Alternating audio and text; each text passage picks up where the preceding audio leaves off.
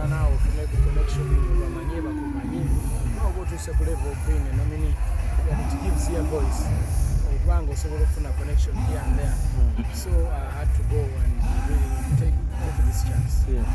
Bw'omu ku basajja kati abakutte omumuli gwa ggwanga Uganda wano ne okwetoloola ensi yonna bw'oba oweeyinga Mexico wa Uganda okusinziira ku nsi ezo tuyimiridde tutya?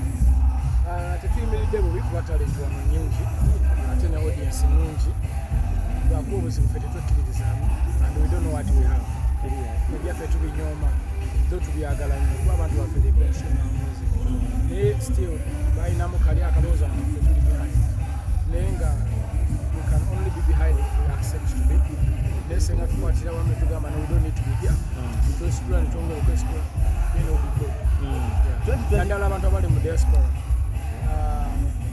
they should organizing proper shows in proper venues at a better day to do good mobilization. So when showing us in proper venues with a good audience, it will attract international media to talk about it. Tenabo, artists from different countries. Nabo bagala to use that opportunity. So collabos that don't get a man to the engagements abenjawulo. 2022 tuli mu gimalako biki ebisinze okunyigiriza mu mwaka ogwo omukadde bwegamba nti eno ensobi nagikola naye nga Eddy Kenzo musuuza as a brand tujja kuddamu nze ndi mwana wange nkola ensobi nnyingi nakati nandimanyi nagye nkoze mu kwogera so tambulya mu mistakes era tambulya mu kwetuuka every time so ensobi nkola nnyingi era kyokola bangezaako okuddeyo omugenzi mu kaseera nemusaba ekisobi so sometimes you don't even know kyenkoza ensobi ate abantu bagamba naye banakoze bwe nena unofumikiza nga sikikola so ensobi nkola nnyingi akandivenamation omukulu Eddy Kenzo obize n'ogamba kino finally wategera ati Bebe is a good person. He's a good person. Bebe Cool muntu mulungi lwakuba n'ebiseera ebisinga amazima galuma abantu. He speaks the truth and truth sometimes repeated. Olumu naye akola mansobi ezenjawulo ng'omuntu naye ng'ebiseera ebisinga ayogera amazima but apart from that yayogera ne controversies I don't want to know. What I want to know is he's a big brother. Nasika nnyo omuguwa ne Bebe for such a long time. Birala mu nsonga za rem ezo zatwawula nnyo naye ate bwe twatamu okwogera ne tukolagana n'olaba nga was Talina kiweddewo ekyo ng'era n'advise akuwantu pretending nga agita so I liked him for that. Nengamba so this guy is different. Kubanga tulina abantu betukolaganyeeko nabo naye nga bakolaga kirala naye ng'ate owulira kirala mu corridors. Ate oluusi ne action zaabwe zinolanga zituuse.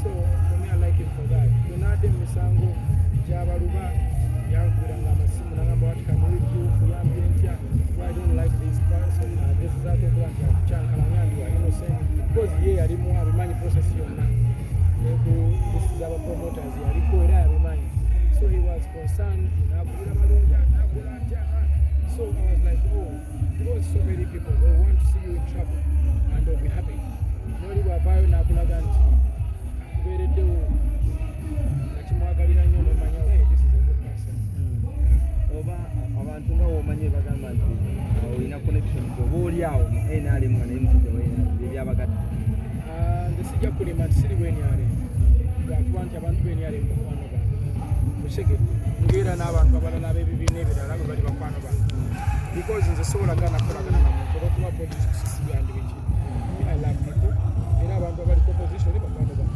abantu abali mu gavumenti bakwano bange so ebikulu ye bw'abanga is NRM straight away I have no problem with him and they should keep on doing that ngaera n'omuntu yenna awagira opposition bwesimugaana era simulinaako buzibu they should do what they want to do. You understand? Yeah, but me I cannot stop from working with the people I love because they belong to a certain political group. I will work with them, I will deal with them, I don't care. Okay, natuvuddewo wakati ni bizonto obimanyi bataliwo nameetingako Salazonto one time. ennaku zino waliwo omuze kati nti buli muntu atandise okukola bisiye ne awards ze bakutaddemu awards tebo ezokuba nti gwe gravity luba waliwo n'omulala kubasinza okukanga mu ggwanga gadi bajimpe zenkaba nnyo ne bwe mutandaba I'm so emotional bajimpe yonze gifute award ogikiriza mukkiriza mangu nkaba nnyo ate bwe mba ndaba muvi erange zigalimbise mwamu crying baby waliwo ekifaananyi ekyavaayo kiwulire Dr. Hamuza. Ddamu okiklarifyingeko ku katono nnyo. Ekifaananyi kyali kirungi. Shows unity. Shows moving forward. It's moving. It means a lot. Omuntu yenna alina amagezi mu mutwe bw'atunula ekifaananyi ekyo.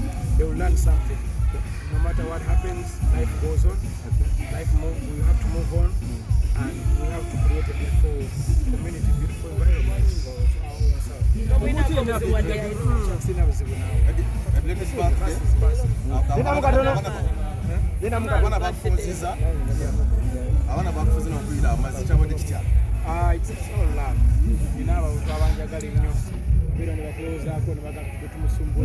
sometimes fun is looking out and I was so grateful.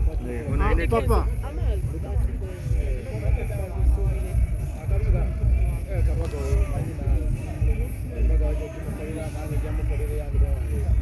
Papa, nga wazemu ne Bebe kulu okwogera naye tusuubire tulijja kuba lunaku lumu gwe ne Bobi Wine muddamu okushekinga engalo. Bobi Wine simulinako buzibu tewakulya ssente just inamu obutakkaanya naye ng'omuntu ate ng'omuntu yenna bwalina okufuna n'omulala naye simulinako buzibu era musabira era mwagaliza mirembe myereere just okubanga waliwo kyetutakiriziganya mwana nawali ekitegeeza mbu simwagala mwagala nyera musabira Wine is family.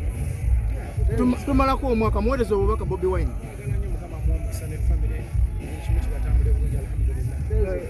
Eddy Kenzo, amawulire gabadde mangi nnyo mu ggwanga Uganda muno ag'entertainment. Abantu beekoze obusolosolo Bwona Eddy bamukyaye lwasa agudde gundi bakulira bamuleesa akantu katono nnyo.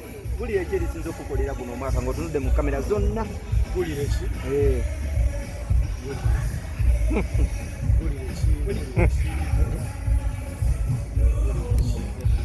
Levikisoni eyagadde n'eddiseera twekali amawulire bino bisinga sibimanyi naye mmanyi egguliro lya festival lyabitene nerya Grammy awe nyinyi wenjagala okuwuliza anti wakuba kololo neyuguma Bebe kulu mukwano gwo buli mwaka afulumya lisiti singa lisiti eyo efuluma nga tuliiko nga that is his opinion.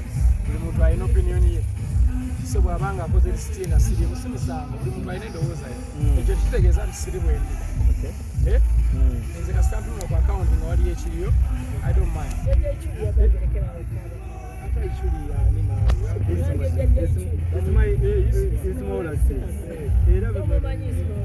nja kulekera kale nga tumaliza Eddy Kenzo tubadde tusaba otuweyo ennyimba 5 nga si za Eddy Kenzo ezikoledde guno mwaka because nze me am an artist and I appreciate art so sobola kukwata mirimu gy'abantu n'engivuruga mu ttaka just like that I have to think and I compare oli muzungu 223 lagwa omugole tulina mugole kale tweyanziza ekyambalo kyayogeza abantu ekyambalo